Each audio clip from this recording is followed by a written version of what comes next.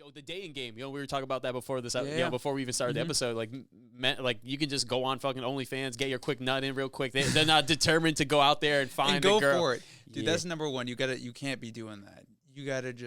You gotta go back to primitive times a little bit. I made a post on social media. I don't know which social media platform it was, and I basically made the statement or the comment that people are so soft compared to what it used to be. Because I'm reading a book about the Peloponnesian Wars, which is Athenians versus Spartans in Greece.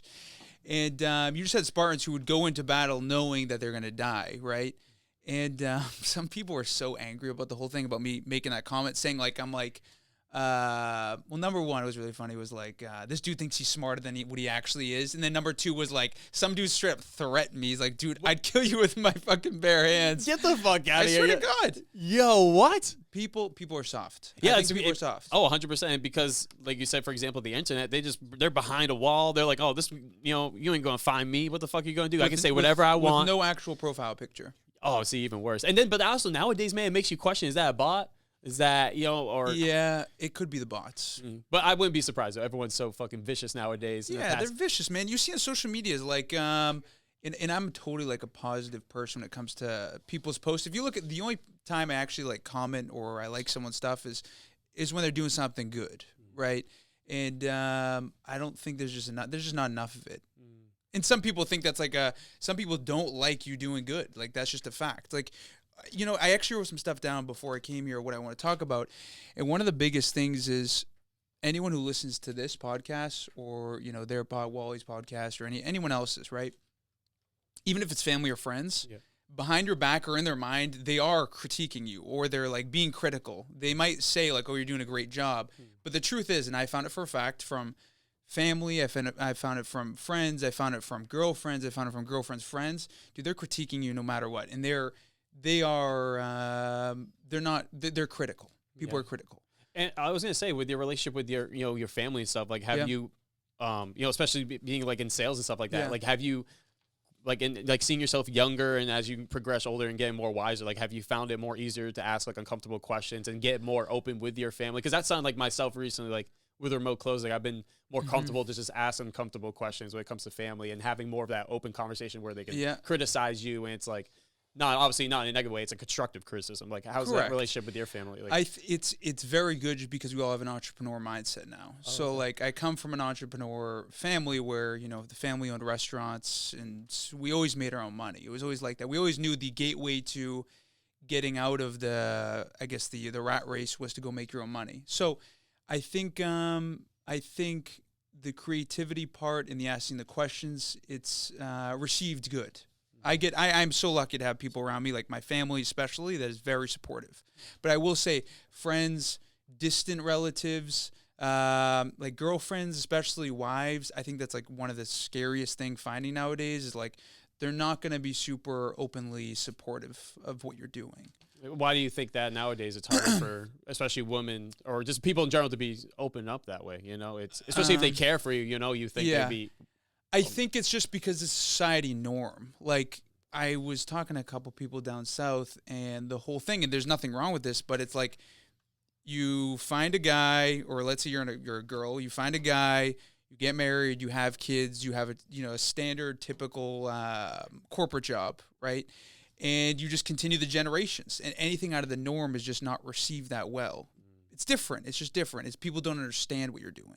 So I think the difficulty is you're just different. Is that a challenge you face yourself, like with your family, like maybe say like your grandparents, or or just your parents or something? Yeah, I mean, my father's very old school. I mean, some people who listen to this, they might know who he is. He's cool, very cool, but he's about scraping the pans, making the pizza. You give me $5, the product costs $4, I can save $1. Like, it's just very like it's a sure way. It's a guaranteed way. And it's in some points in life you have to do it the guaranteed way, but I just wasn't. When I was going through my emotion of finding what I wanted, it just was not fulfilling. The guaranteed way was like, okay, I can sacrifice now for a potential later future that's amazing, but what if I die during this, or what if I don't feel fulfilled? And what made you think about that? Was there something like that impacted your family that made you think about the time? Like, oh, I need to get I want to accomplish these dreams early. Yeah. Yeah. I told this story a couple times, but I was 17. I had just, I don't know, graduate. I was just graduating. I didn't take the SATs. I had a very poor scores for everything. Like I wasn't going to get accepted anywhere. I wasn't going to college. And I thought about, am I going to do the labor union? I'm like, I don't really know anyone who's in that. I don't know if I can get in there, and I don't want to do that. But if flipping through social media, I found all these guys that are making like Grant Cardone, Ty Lopez, and those people. And I'm thinking, these people are living a pretty amazing life. So I did more research behind it, and I found the idea of sales. Sales, everything's a sale. Like me getting on here or you trying to get me on here is considered a sale, right? Any conversation you have with someone negotiating or coming to something or coming to an end point of getting what you want is a sale.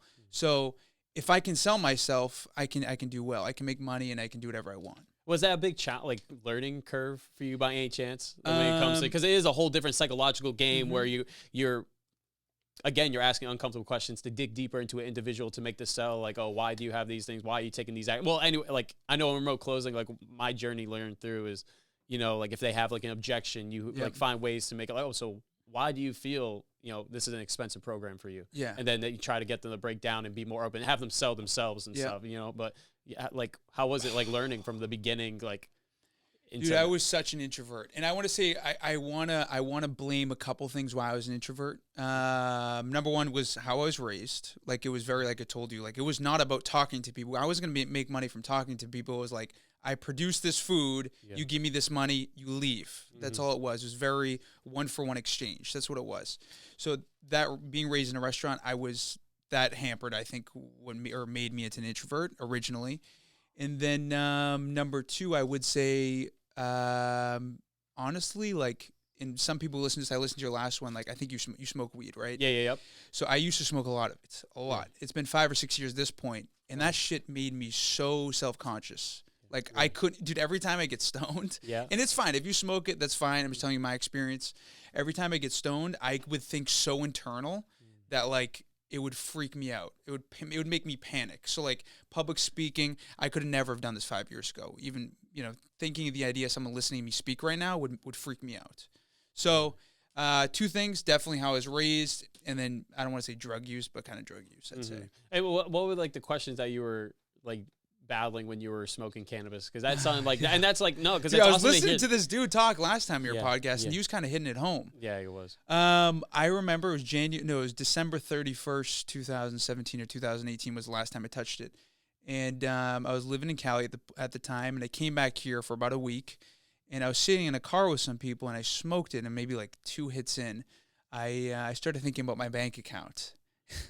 I swear to God, I was like not in a good position. I was coming back and forth, and it's expensive to live in San Francisco. And I just moved out there, and I like at that point I was like, dude, I'm broke. Like that shit made me so nervous. So the drive home from there, I was like, I can never touch this again. And since then, I have no desire, nothing.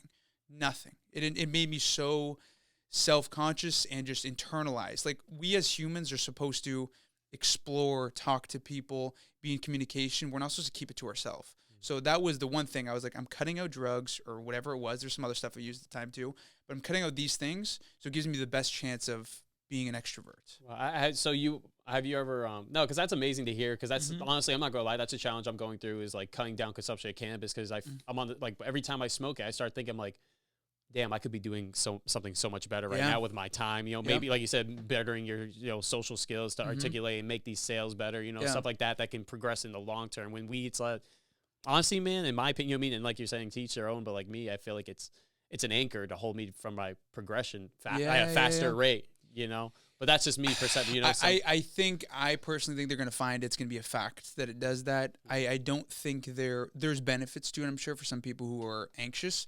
But what I found was it actually made me more anxious. I think if you're actually initially an anxious person, the weed actually makes you more anxious. And then you start thinking that it's making you like more chill. I don't know how it works, but I was way more anxious. I was so freaking stressed out after I started smoking it, like panic-wise. Yep. I'd panic a little bit. So I don't know. And that's you know, the amazing thing, just like as humans, as individuals itself, and like why I do this, because everybody has a different reaction to certain things and why they do. You know, shout out to Geo too of AOHD. You know, I didn't know he was allergic to weed. I was like, I didn't even know that was a thing. I was like, wait, what? You're allergic? Yeah, like he couldn't like inhale, like not be the smoke. Like it's crazy. I'm like, wait, hold up, what? That's kind of funny. Working in a weed farm with him, I'm like, wait, that's like being allergic to the sun. That's like being allergic to the sun nowadays. Because everyone's smoking weed. Yeah, I feel bad for Michael Jackson. Yeah. No, but like. Wait, I want to actually go back to like your family history and stuff. So like, was the you said you had a pizza restaurant? Your family? Yeah, correct. Was that started by your grandfather or your father? No, like my father. He it's an amazing story. He it all started with he was in the military at the time. My mother was traveling through Europe. She's American. She's from here, and she met him on an island. And they really just like, it just made sense. So they went back to the mainland. He was living in, I think, Athens, or the military base was in Glyfada, around Glyfada. If people know in Greece, Glyfada, the Glyfada area. And they hit it home pretty quick. She went back to America for a little while. Then she came back and lived in Greece for about a year. And then he came to the U.S. Shortly after, became a citizen.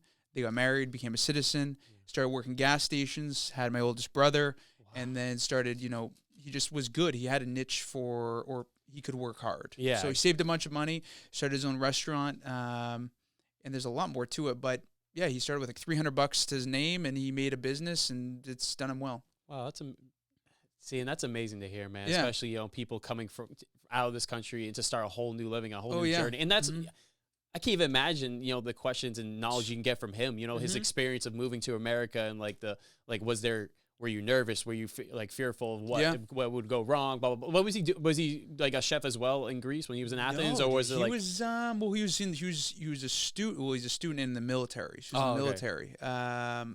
But really, what it was, and it's cool. I went back there recently.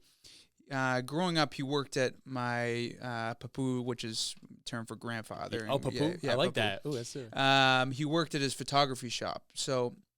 My papu is still alive. He's in his like late 90s now, which is crazy. That's amazing, man. Big old mountain man. Yeah. So he worked in his photography company. They just take pictures of people when they're graduating academies and things of that nature. And then he joined the military because that was his only way out. He was a muscular guy. He was good at sports, but you know, Greece at the time there wasn't much opportunity. So he got into that. You heard about America, you know, the whole land of the free, home of the brave, whatever opportunity. And got over here, and he just started from the total bottom. You know, scrubbing dishes from 5 a.m. to, you know, like midnight. You know, he just worked hard. Exactly, and that's amazing too. To have to be able to look back on your lineage so closely and see how much they worked hard for this. Because I think a lot of people nowadays, you know, going back to a conversation before this, I think a lot of men are disconnected from the ancestry and what they've done to get to where they are, you know. And I was actually having a conversation with my dad earlier when you were texting me, and actually it was a great conversation because I never going back to asking those uncomfortable questions. And you know, my vuvu grandpa on my dad's side, very similar, huh? Yeah, exactly. Portuguese. He's from my dad's from Africa, but anyways, you know, I asked him, I was like, you know, like, after he passed away, like, is there any questions you like regret? Like, maybe I should ask him this. He's like, nah, never. You know, it's my father was always a happy man. Worked hard and always looked on the positive side. Yeah. So every time I think about it, it's just always a positive attitude. You know? Yeah, dude, they did stuff different back then. It's totally different. Like my papu is in his 90s and speaks no English. He lives here. We moved him over here. And also my yaya, which they have a 17-year gap, which is pretty funny. She was married at 16 and he was 33. Wow. So that's how they used to do stuff, right? Yeah, exactly. That's the culture. But his whole thing, like, there's this, if anyone's seen it on Netflix, there's like it's called Blue Zones. No, I never. It's talking about the places in the world where people live for so long. Oh yeah, it's a new thing. Okay, it's a new thing, and there's this island of I think it's I don't know how far away off the coast. Icaria, I think is what it's called, and people live on average like 100+ years old.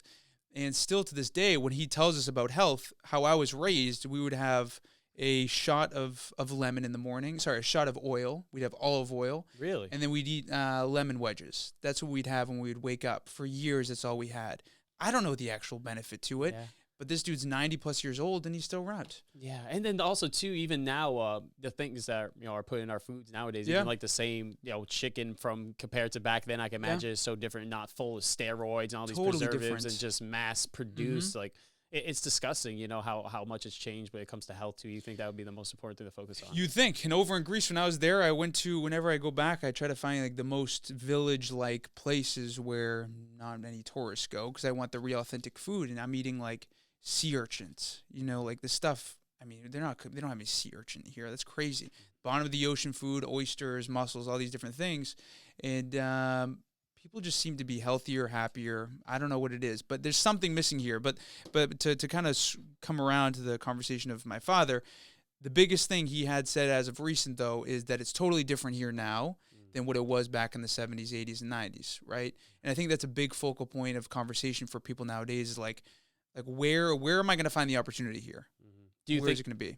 That's a good question. And you mean, do you think that's still possible? Just like how your grandfather and your father, you think it's still available to do in this country? I totally think so for sure, but there needs to be some huge changes. I don't know what changes, but it needs to be pro-business. Like it needs like the ability, and it comes to it, like the ability to do these podcasts like you guys do, it costs money. It costs time. So how do I capitalize? How do I make money doing this? And what are the restrictions people have on me? There's too many restrictions in my opinion.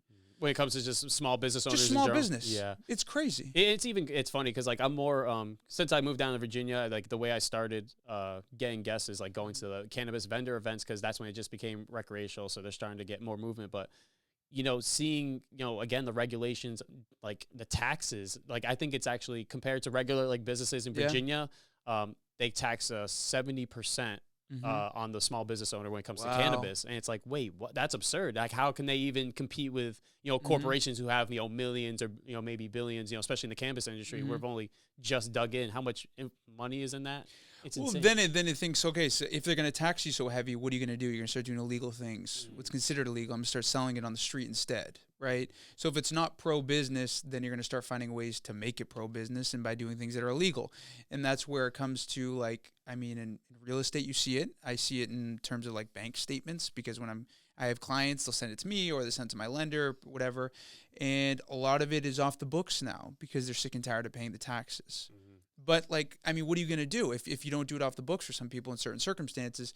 You can't buy a house. You don't have enough money. Like, it's not affordable at this point.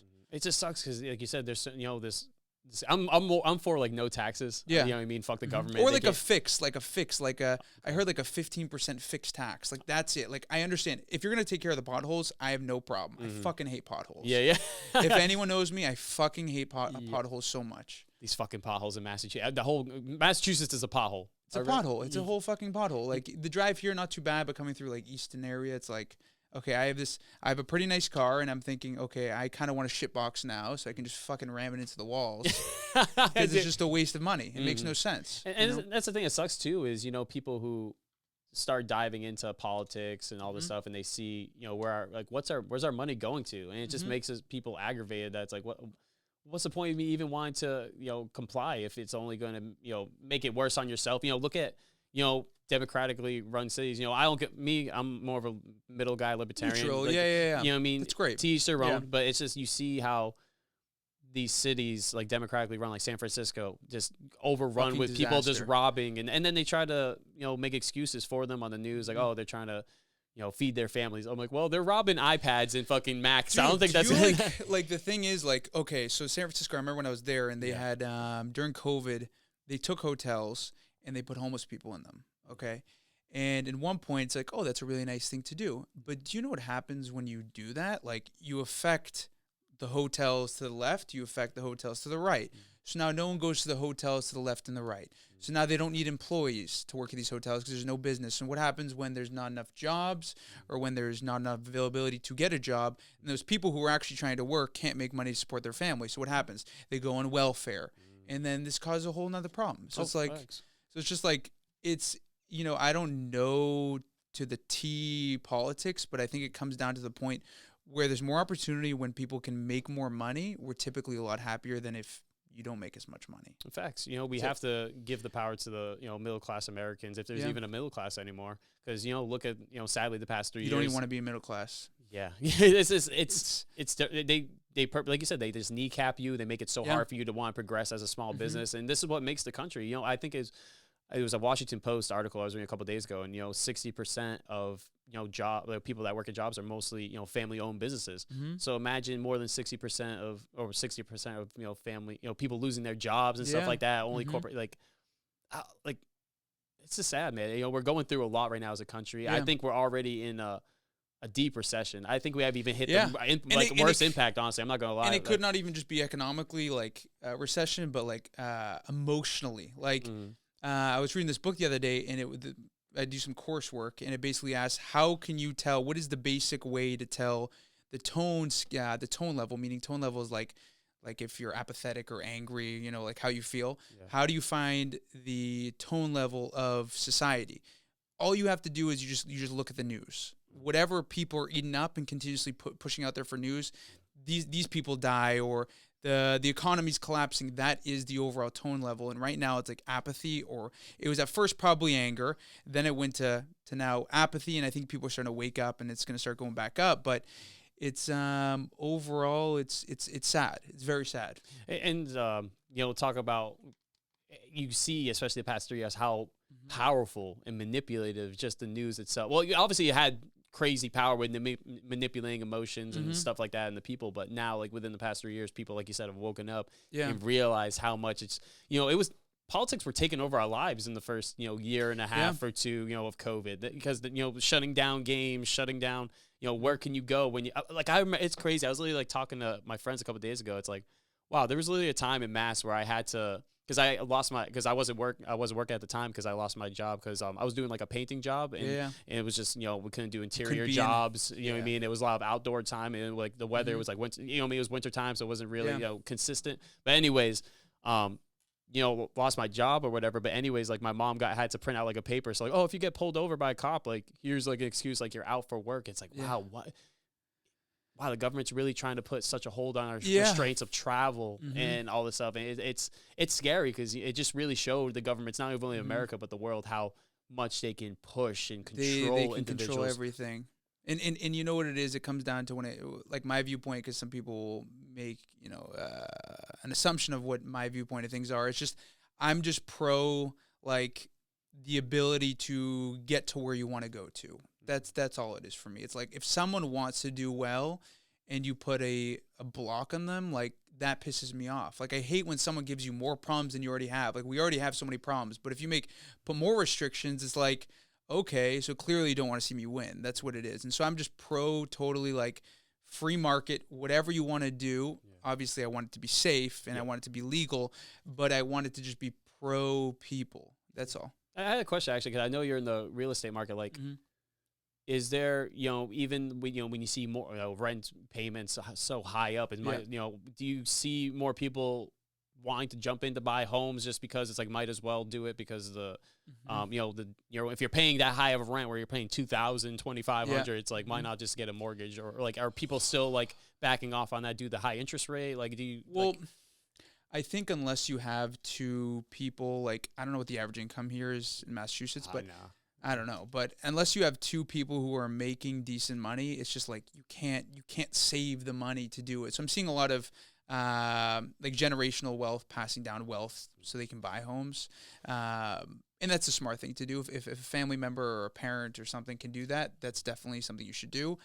But people, they're kind of just, they'll pay the $4,000 for rent, and they're gonna work as much as they can to pay that. And that's the terrible part, because it's like, you pay the $4,000 to live just so you can wake up to go pay the $4,000 because you got to go to work. And it's just like it's like a hamster wheel. People are buying houses, but you're seeing a slowdown of, like, it's impossible to most.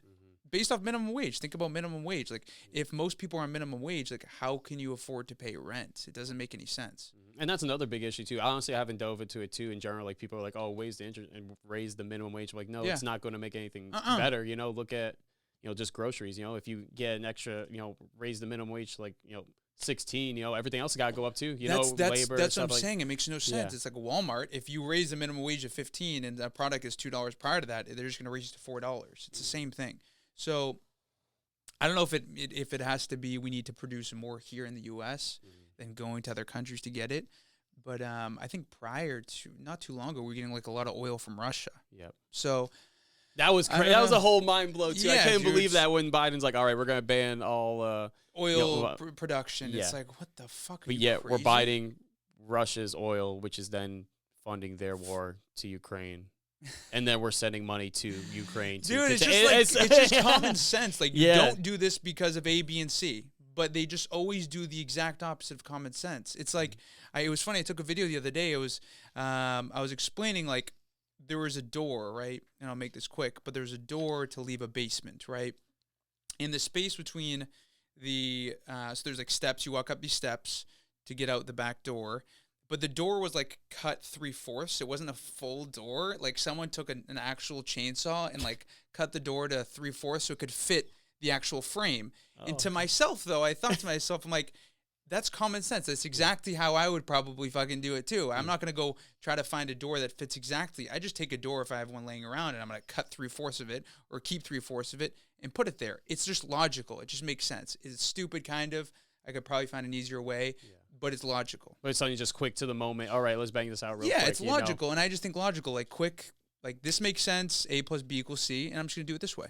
And I want to ask, like, what got you, like, really motivated to, like, do sales in general? Like, you just wanted to get out of I know you say you wanted to get out of the 9-to-5, like, bustle and stuff like that. And, like, is it just because you see no ceiling cap when it comes to it? Like, what was it that really interests you? I think the money doesn't do it for me at all. Okay. Like, the money is, like, it's good, but, like, I think it's the fact that if you learn sales, you can influence people, right? You can sell people on yourself. I want people to be sold on me, not what I'm selling, right? Okay. So when it comes to other endeavors I work on, let's say fundraising or, I don't know, ideas that I want people to contribute to, like being here after this, once this thing is released, I want people to be sold on me so they can get sold on you. Like, I just want some sort of pull. I like pull. So it's just the idea that when you can sell, you can influence, and when you can influence, you can do more. That's all. I'm trying to remember. It was from this philosopher, not philosopher. Well, actually, I think it was like a philosopher, like recent. You ever heard of I'm thinking of Bob Proctor? Yeah, Bob Proctor, but someone else. It was before Earl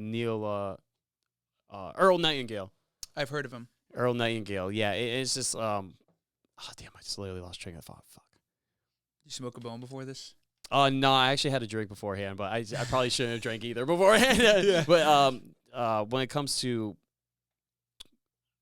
see, you still got the lingo, and I don't even smoke anymore. Yeah, I say I'm going. See, you keep hip to the modern times, so you can easily connect with other people and stuff like that. That's another thing too. Well, when it comes to the social aspect and like, you got to be I always tell people, like I train people, other new realtors, and I always say you got to be like a chameleon when it comes to people. Like, I'm like, there is a group I'm with a lot, but I want to be able to basically go around a circle and be friendly with everyone, have some sort of connection point.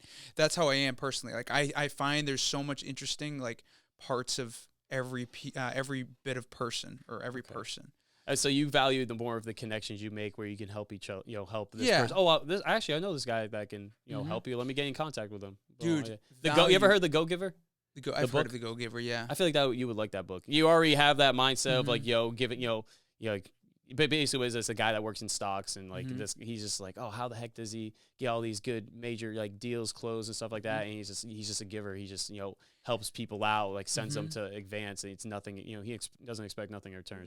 Dude, it's like, it's a, and some people find it to be shallow. I've said this before, and people still, I'll have a conversation, and I think I word it wrong, and so they think it's shallow, but it's I want value exchange relationships. That's what I want. Like, no matter who you are, like, I'm not saying you give me money if I give you something, but I want something of value. Like for example, I have this really good runner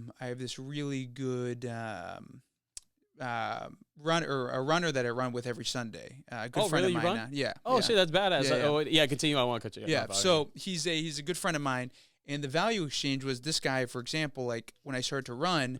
I needed some sort of kind of coaching aspect, and he took on that role. I didn't ask him. He just wanted to provide value. And since then, there's like always a give back. It's like, okay, he was my coach for a little while. Now I help him with this thing because I'm a little bit more modern. He's a little bit older than me. So I give him some sort of input on this. And we're always giving back and forth. And it's not like you're thinking about giving back and forth. You're just doing it because you feel like, well, this person's trying to help me. Why am I not helping them back? So with every relationship, I'm always looking for what can I first give? And then is there something you can do to help me? That's it. No, exactly. And I think that's just your mindset too over time. Like, and that's something too from Earl Nightingale I love a lot is like, we really underestimate how powerful our minds are. Just simply the thoughts we put into our heads or just like simple vocabulary. It's just, and I've noticed it just within the past like couple months, like just changing. Like every day I'll wake up and like, and one of the things he has is actually Bob Proctor. So you probably know, he says it too, you know, write on the card that, you know, what you want to see yourself become and read it every day. And it may appear to you as a lie, but the more you repeat it and like it really, like your mind really subconsciously, like, and like you said, you find, I don't know if that's something you did when you were super young, where you just like, I want to find, you know, trade value with people. And you just, you know, as you continue focusing on that, more people in your life started to see what you're emanating and just like want to see that and be a part of it. And that's awesome that you found someone. Like, are you training for marathons or anything, or just more just cardio? I ran the, so it's funny. So I ran the Boston in April. Past April. Yo, congratulations, man. Yo, awesome. How was that? Dude, like the toughest, most electric thing I've ever fucking done in my life. What do you mean by electric? Like so prior to it, I'll tell you, I'll do like a... Yeah, do the full thing. Hell yeah, the full thing. So back into, I think it was during COVID, I'm like, fuck, dude, like, I need to find something to do. So I started doing the 75 Hard program by Andy Frisella. Oh, right? Yep. I did that. I did it a couple times. I'm like, okay, this is cool. Now I got to do it for a purpose. What's the reason why I'm doing this? So then I started doing... you know, like little races by myself. I'd start doing, I don't know, I started with 10K or 5Ks and did 10K. And then I was doing half marathons. I've probably done 10 to 15 of them now in the last year and a half. And I'm thinking, damn, dude, like when I'm getting out of these races, okay, physically I feel good, but mentally it's like, dude, you're a savage if you can run 15 fucking miles, right? Fuck yeah. So from there, then it was September, and I needed to, I looked at the Boston Marathon. I'm like, dude, I'm just going to fucking run the Boston. So I signed up for the Boston. I had to find a charity. I fundraised a bunch of money. Oh, you have to find a charity? I found a charity for the first one because I didn't have an actual time to submit. Oh, okay, so you need to submit a time to actually to qualify to get in there. So I needed to run it first. So I did the Boys and Girls Club out of Dorchester. So I raised $10,000, which is awesome. Fucking awesome. That's amazing. Yeah, it was great.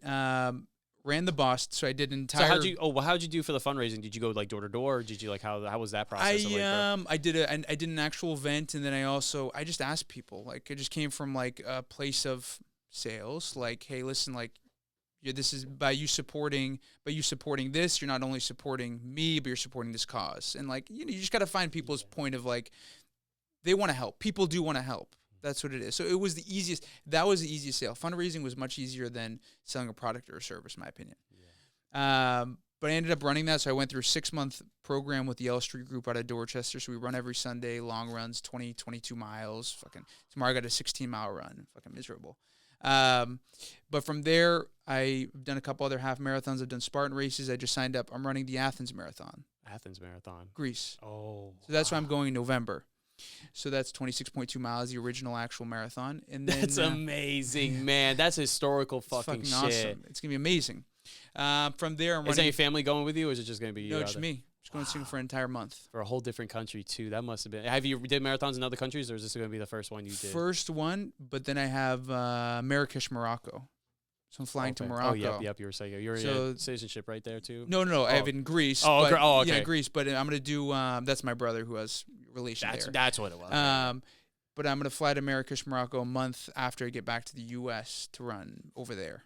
Dude, that's a motivating, man. That's all. It's just fucking unique, you know. Like why do I want to do it? Not really, but the idea is like I want to get a marathon in every continent. So I have U.S. I'll hit Europe and Athens. Yep. Then I'll do Africa for Morocco. And then I'm going to work myself to maybe do Tokyo next year for Asia. Then I got Australia, South America, and then the last one's going to be Antarctica. Wait, they do marathons in Antarctica? Yeah, dude, they do it's like 50 fucking people, dude. It sounds so scary, but it's like I'm 100% going to do it. There's no doubt. That will be my end all. I hope you get a GoPro or something to record dude, the whole thing. Yes, I'll literally fucking sponsor that. Dude, I will fucking give you the GoPro and everything. I'm like, all right, let's get it. It's because everyone does the there's like I think there's like 7 or 8 big ones. Like there's like Berlin, London, Chicago, New York, Boston, Tokyo, and then like a couple other. But all marathon runners, like actual ones, like that's where they go do it. So I wanted to find something a little bit different, a little bit unique, and I want to, hit that fiending feeling of traveling. So just one on every continent. I get to see everything. Oh, that's gonna be so fun! I'm excited for you, man. You Fucking got me excited just for you. Just a little different. Yeah, well, and did you have you always been interested in running like when you're younger, or is this something you just picked? You just all right, I want to start running more. I just started running because I started doing the 75 hard. Yeah. And I found that lifting weights for me just wouldn't give me that mental satisfaction of being so burnt out. Yeah.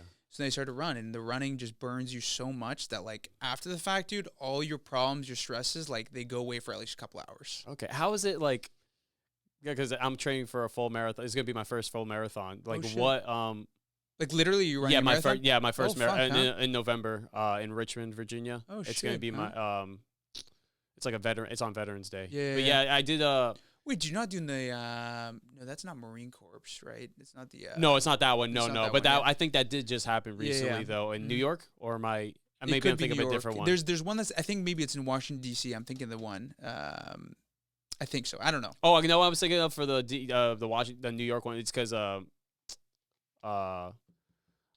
forget the name. MASF, the company in Virginia Beach. Shout out to you. But yeah, he's a ex-Marine. And I just seen a post he did. It's like a swim marathon or whatever for 9/11 for for those supporters. So that was really cool. I want to start doing stuff like that again. Like, dude, it's more of a purpose. Like at least it's not just you pushing yourself also, but it's like it also motivates you because it's not just you anymore. You're motivated. Like you said, I can imagine with that fundraising. You're like, I have to. Dude, you feel so obligated to do it, and it's just like it's kind of like once you start, you can't stop. So like. Just so you know, once you start, it's not going to fucking stop. Really? Like, see, yeah, it's so funny because I literally tell myself, I was like, all right, I'm going to run this marathon, and I wanted to do weightlifting because I want get cut, honestly, like a nice, just to get a little, I'm already skinny, so I'm like, I just need to bulk up, get protein, stuff like that. But it's like, it's an addiction. It's like you stop. I took a month off probably after Boston, and then somehow I fucking end up start doing more of them. Ran a couple half marathons over the summer, and it's just a different feeling, especially like when I ran Boston, dude, the feeling like, still to this day, when I think about it randomly and things come back to me, like, about the whole thing, because you're in so much pain, dude. You're just trying to fucking be done. And, like, you can't really 100% internalize what's going on for those 26 miles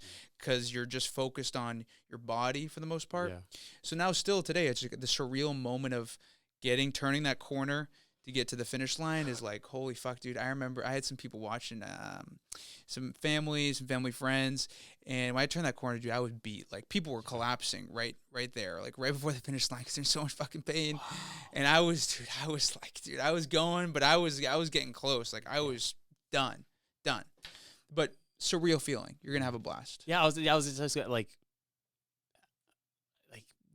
what was the feeling before when you got to the starting line? Like, was there doubts? Was there what was the challenge during the run? Because I can imagine, I'm thinking about the point whenever I do reach that 15, I'm like, damn, I still have 11 more to fucking go. That's the point right there, the 15, 16, that's where I burn.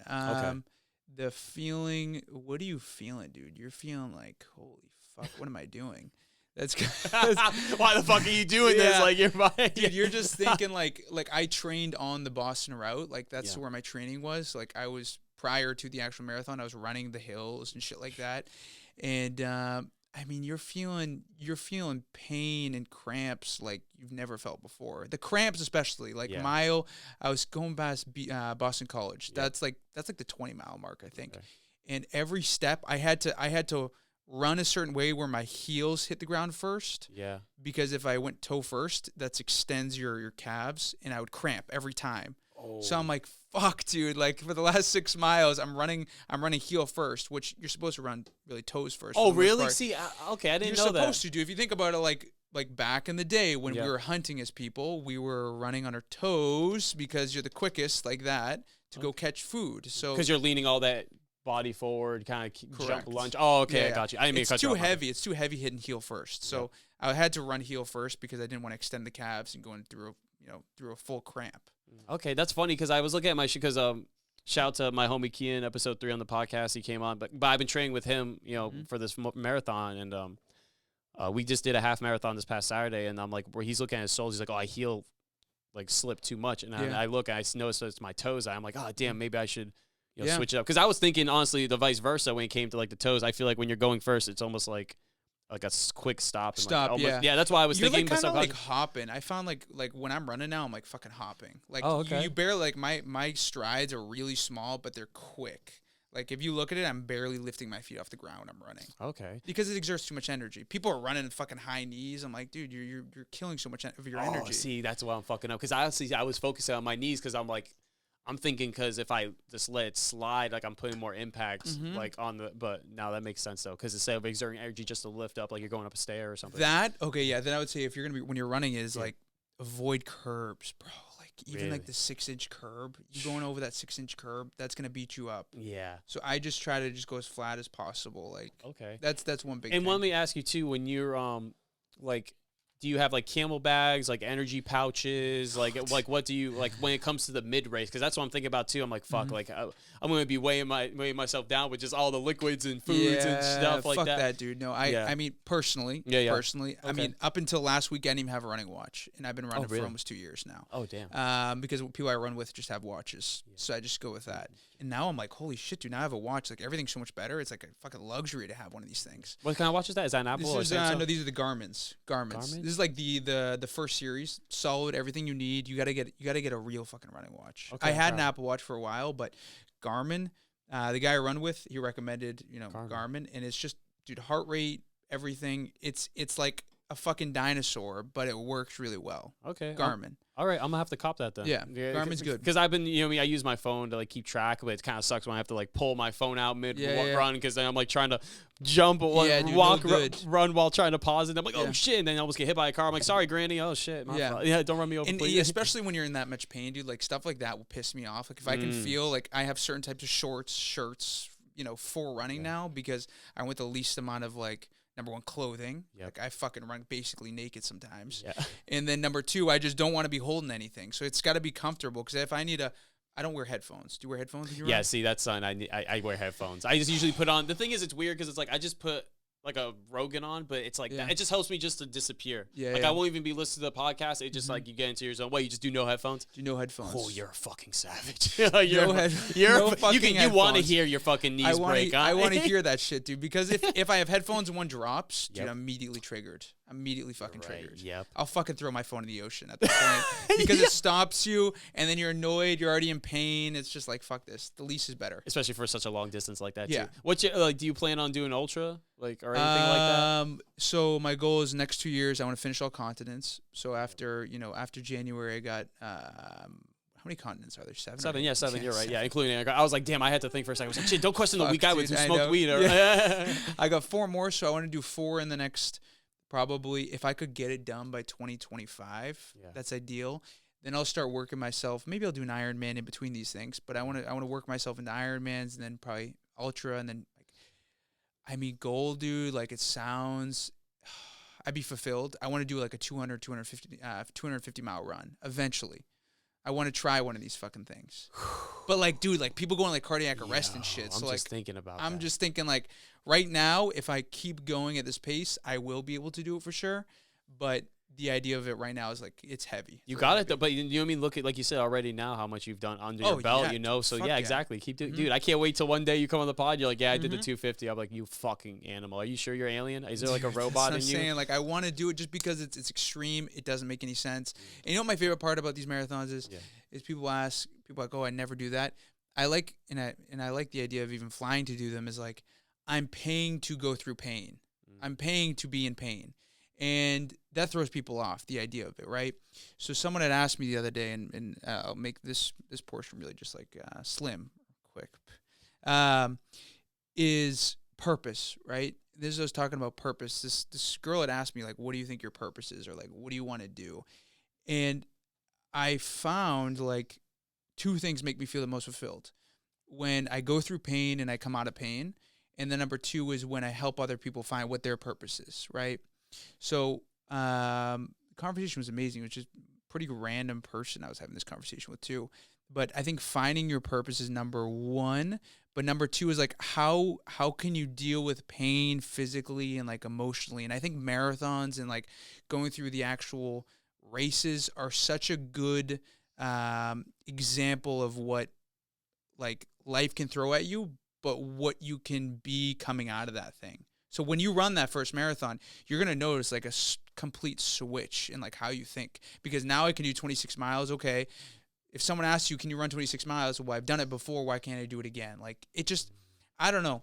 You can just build off these things, and the physical wise, marathons are amazing. Man, that was beautiful, man. Cause that's what that's what people miss nowadays. And like, you know, I don't know about you, like when it comes to your like growing up, like me, my childhood, like both of my parents were very family oriented. Like that was a blessing. And like, I didn't like looking back, dude, I didn't suffer.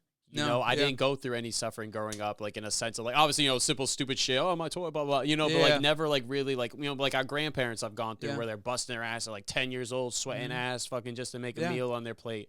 And like, and that's what got me into, you know, honestly started at least slowly changing my mindset was like whitewater rafting, like training. It was like 2 weeks of just like out in the camps, like boonies, 7 a.m, out in the river, already cold, you know, but like you said, trying to find something in life, whether it be physical, even mentally, like a mental challenge, like to push yourself. Like, people need that, man. Dude, like the farther you push the envelope of emotional or physical pain, like the more you can take on. And like that, like there was a saying, someone said like why we are here, and he was saying kind of specifically males, I guess.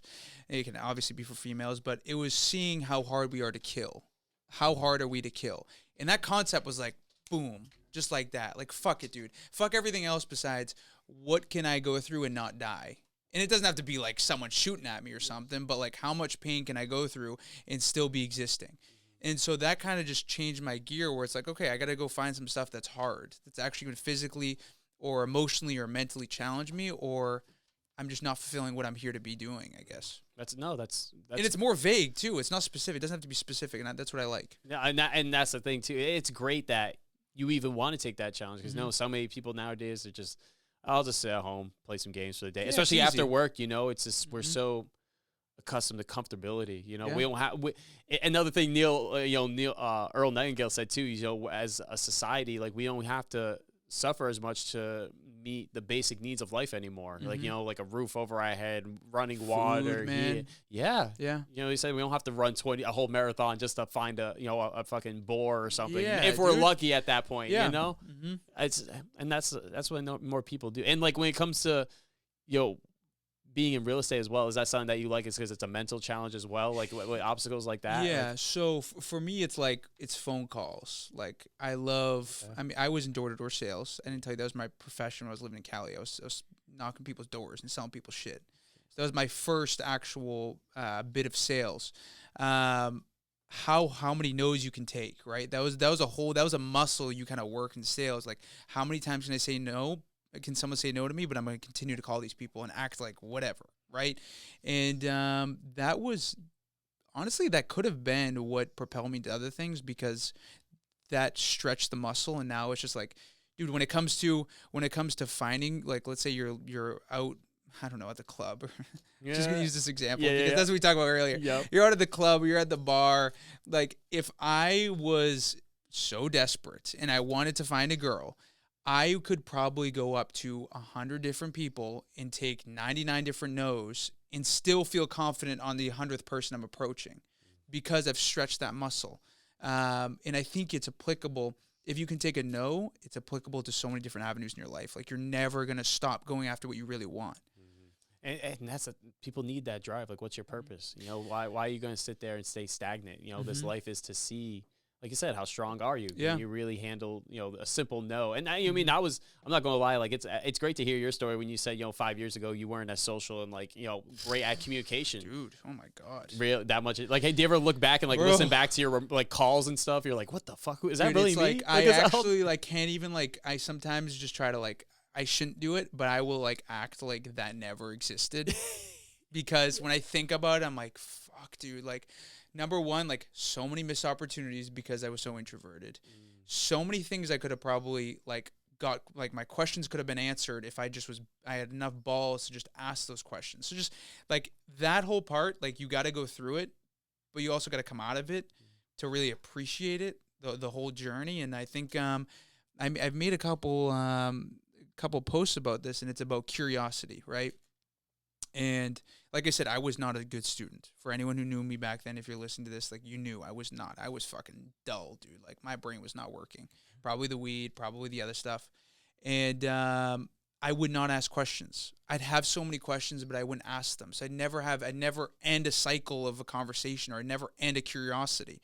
So now I think for people to really get ahead, like number one thing is be very curious, be a fucking idiot. Like be an idiot and embrace that you're stupid, and then ask people questions, because when you ask questions, you get answers. You just become that much smarter, just a little bit at a time.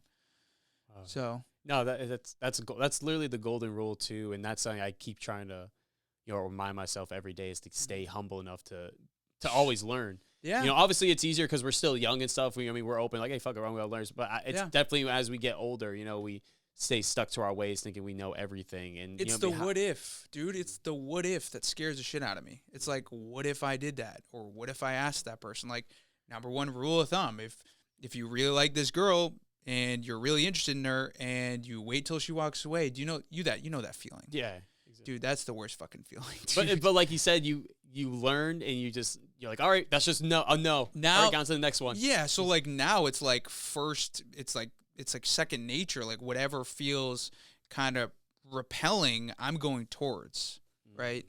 And that's what you have to build that muscle. You have to realize, like, dude, when it says when that person is repelling me, like that vibe they're giving me is repelling me, like, dude, that means I need to go, and I need to go do that right now. Because if not, dude, I'm gonna walk away. I'm gonna be pissed. Yeah, because dude, there's so many times, and I know most men definitely have gone through. You go to the bar, you see this bad bitch, you're like, that. Yeah, dude, and you're just talking about it, dude. You're just talking about it. You're with your boys. Oh, the ass looking fine. Oh, go get her. Nah, I'm good. Yeah. Okay. What I mean? Let me have one more drink. Yeah, the liquid courage too. Yeah. When and it's so crazy too, because like, and that was me. I'm not gonna, I had to work on my social skills, but when they love it when you just go up with the confidence to even ask. Already there, they're like, oh shit, all right, you got some balls, motherfucker. Dude, and you can say something stupid. Who cares? Like just say something, because I think that fear, and honestly, girls, at the end of it, I think even if you say something stupid, they like we said, they love that, right? But I think that the fear is what's causing people to introvert and like not approach anyone, right? And that's partly like men's. I think that's a big part men's fault, and like the concern of the unknown, what's gonna happen. Like worst cases, they're gonna say no or fuck off. Like, okay, who cares? Like whatever. Exactly, and that's a great mindset to have, man. Yeah. Seriously, more people like that, And actually, let me share something, because actually, what you said, I'm going to ask a question after this, but it came from a book I've been reading, which I recommend to you as well. It's called The Law of Success by Napoleon Hill. And, I've heard of it. I know I've heard of it. Highly recommend it, man. I've only read, honestly, the first 2 chapters. The first one was a definite chief aim. Like, you wake up and like, what's your purpose? Why are you alive right now? Every time you wake up, why are you alive right now? And then the second one is about self-confidence. And one of the things is fear. One of our 6 greatest fears as humans, is fear of criticism, fear of death, fear of old age, fear of bad health, fear of being poor, and fear of not being loved by someone that you love. Dude, but like powerful. It's all But this, I wanted to say that you brought up was really good. It is a quote. It says, I have it as a phone screen, but is it not strange that we fear most that which never happens? That we destroy our initiative by the fear of defeat, when, in reality, defeat is a most useful tonic and should be treated as accepted as such. Yeah, dude, that's powerful. And like what you've been saying is literally true, because it's like you said, looking back at your old self when you got into sales and like seeing like, oh damn, like I missed an opportunity here. If I just simply been a bit more confident or more clear with my words, or simply little stuff like that. So it's like, you could have reached where you are now, 5 years ago. That's what I'm saying. Like, I don't know. People need that confidence. And I think it comes down to, like, for people, and like, bro, I'm going to give you an example here. Yeah. So there's always, if you're trying to produce content, especially like nowadays, and you think, oh, like this isn't impactful, or it's not powerful.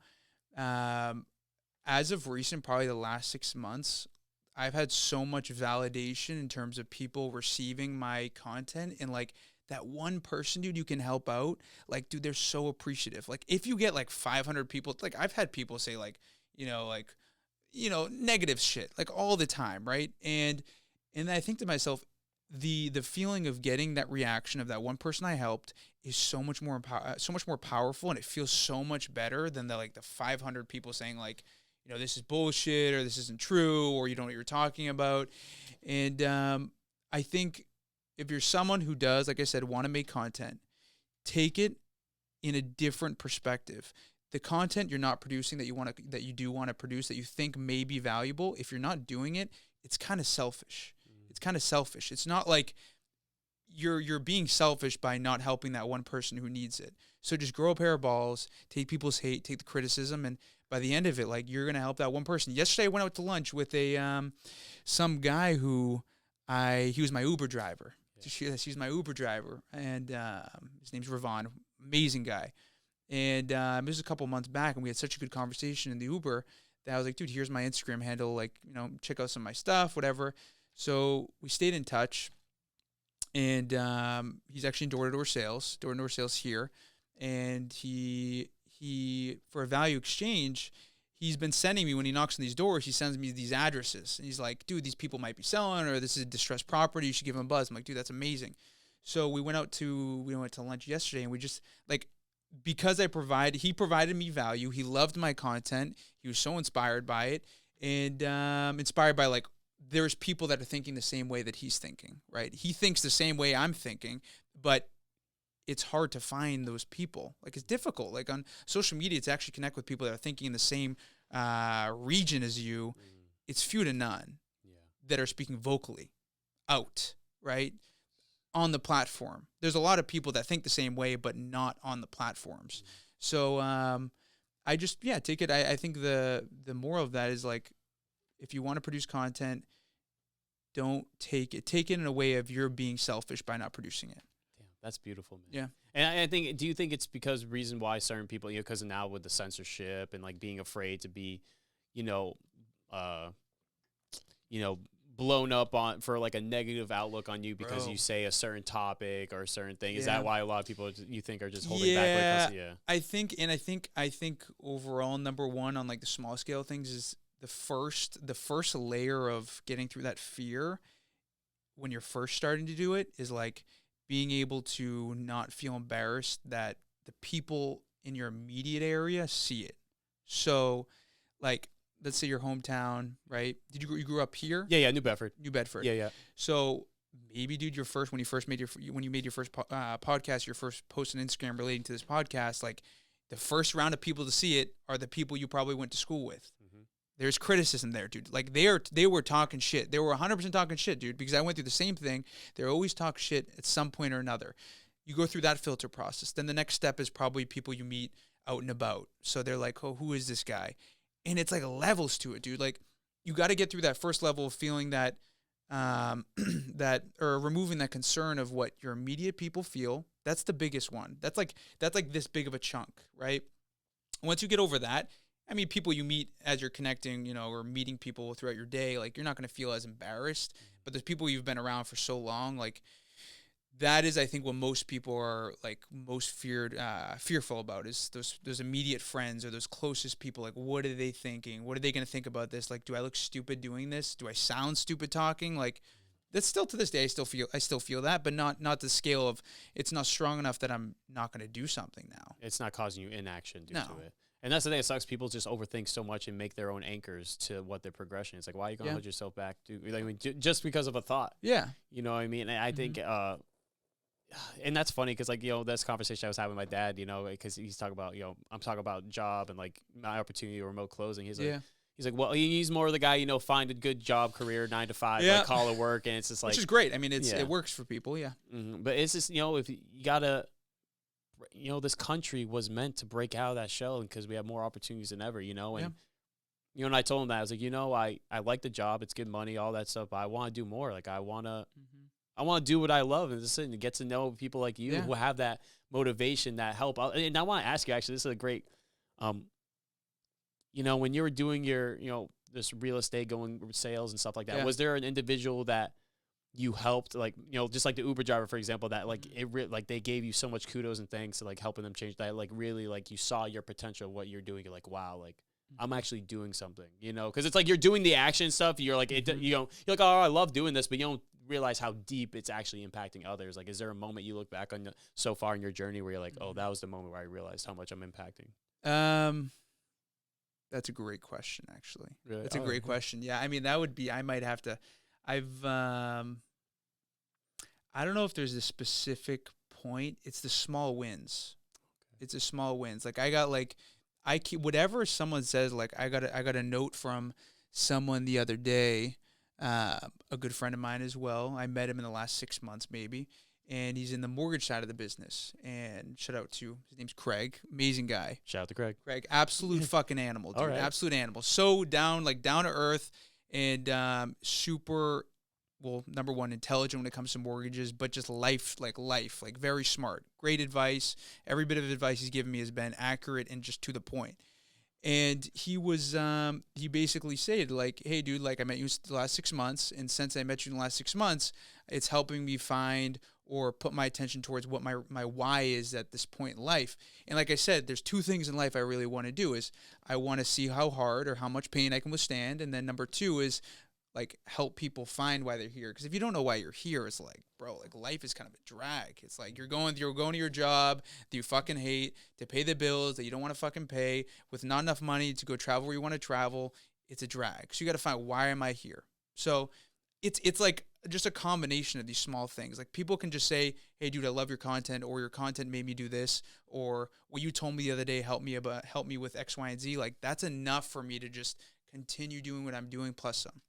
Because it's like, damn, my actions are actually doing something too, instead of just self-benefit. It's even more of a gratitude. It's more like, honestly, it's probably in some aspect, like it's that feeling, like I'm going for that feeling. I want that feeling. I want someone, and you don't have to vocally say it. Like I just want to see what I'm doing works for you too. Yeah. By seeing other people take action in themselves, do better. Mm-hmm. Yeah. And and that's a great feeling, man, to know that, just your actions are helping a community to better. And hopefully, in turn, they, was it what they call it, the pass down method or whatever? It's like, you do, or domino effect, you do good, they do good, that whole nine. And, and looking back, just me on podcasting, it's so funny because some, more people have started even just coming on the podcast, like after, be like, hey, I really appreciate the opportunity. It's the best feeling in the world. Yeah. It's the best. It's, one person actually, we had a fire. Shout out to Evan Horsfall too. That was a great episode because after his best friend actually that I graduated with too, like never talked to him much after, he hit me up. He's like, hey, like I appreciate you having this piece of memory of my best friend I can ever, if he ever does pass at an unsuspecting thing or just in general, like in the future, can always look back and see who he was as an individual in conversation and stuff like that. And that's why I like, it's just. And I love it because, I have a memory for each individual that I learned from and all this stuff. And seriously, I'm happy for you, man. If I can support you in any way, let me know. Dude, seriously, I mean, like this is support, and it's having me on here, and it's I think it's just having a good conversation, and it's powerful, very powerful. Yeah, and I was gonna say, man, we're actually reaching that the wrap up stage, and Vasily, I appreciate you so much for coming on and hitting me up. Actually, it was awesome. I was like. Oh, I saw your stuff. I listened to one, I don't know, a few months back, and I'm like, I like where this is going. Because everyone has a different style with the interviews or with the actual platform itself. So everyone provides some sort of different, like, deep dive in the person that's on there. So it's and that's why I like, too, like, shout out to Wally, Ever Changing Vibe Studios, because, like, he has, like, more of like the comedic chill vibe of like the individual. He gets them out. Like I try to do that, but I feel like I'm like I'm still learning my comedic side and like how to like be more joke. But I can definitely open up people in a different way to be more deep about their backstory and stuff like that. And I'm like, just like you said, communication skills. You just learn and get better over time, and better articulate your thoughts and stuff. But no, dude, thank you so much for coming on, man. It's been a pleasure, so dude. Before we sign out, how can people support you? And is there any word or inspiring or funny message you like to give to the audience? So last thing. So I'm writing me and my brother. We're writing like a small little book, kind of. Oh, Yeah, Okay. it's just like a simple thing. Dude, when I produce stuff, I produce it fast, like very fast. Bro, I'll just put it out there. I won't even probably do like spell check. I just fucking produce it. Yay. Fuck that. That's good, honestly, because it's just I feel like as individuals like ourselves, you just have to put it out there and then work at it and make dude, it better. it's my real self. Like someone on someone the other day was correcting me because my grammar sucks, which it does suck. Yeah, two, because I use TO instead of TOO. Whatever. Oh, whoa! Watch out, Fuck off, motherfucker! You didn't have whatever, the double donuts. Yeah. All right, cool. But we're writing a quick book and short story. Let's say 125 page. And the point I got out of it when I was writing, I was reading about destiny, right? And destiny, like I don't know by definition.